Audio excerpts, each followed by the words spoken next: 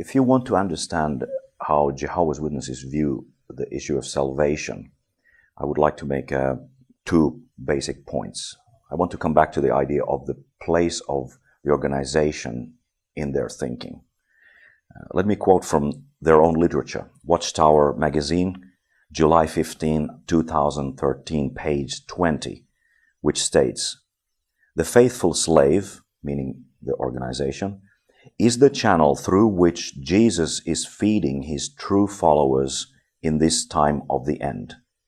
It is vital that we recognize the faithful slave," namely the organization, "our spiritual health and our relationship with God depend on this channel."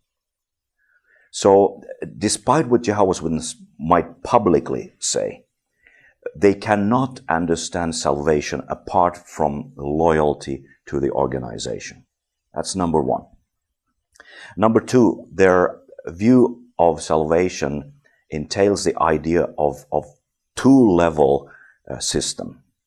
There are people who will live forever in heaven and rule the paradise earth, and the rest of mankind will live forever in paradise on earth. Well, those who are deemed worthy to be resurrected to that paradise earth. But only 144,000 will go to heaven. Now, where does this come from? It comes from their understanding of Book of Revelation, chapter 7, verse 4, where it says, "And I heard the number of the sealed, 144,000 sealed from every tribe of the sons of Israel." So if you ask from Jehovah's Witness who are going to heaven, they will say that here it is, 144,000 sealed, which are special group within the Jehovah's Witness believers. And they are the only ones who will inherit heaven and rule the paradise earth. And if I may leave you with this one evangelistic tip on this verse, you might want to ask the Jehovah's Witness when you meet them that how many people will go to heaven? And where do you find that in the scripture?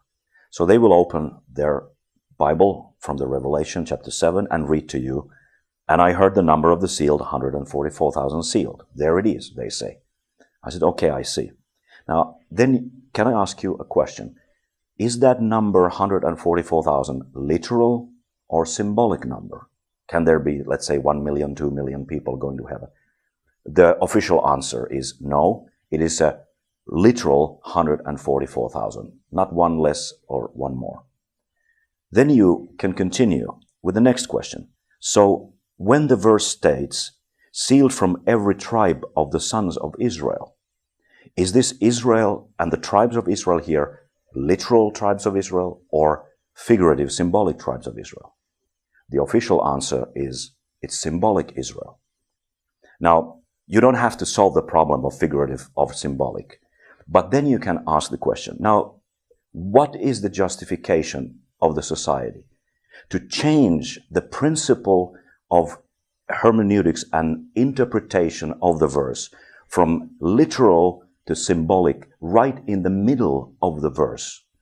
You take the 144,000 literally, but suddenly Israel and the tribes of Israel is completely symbolic. Is that reasonable?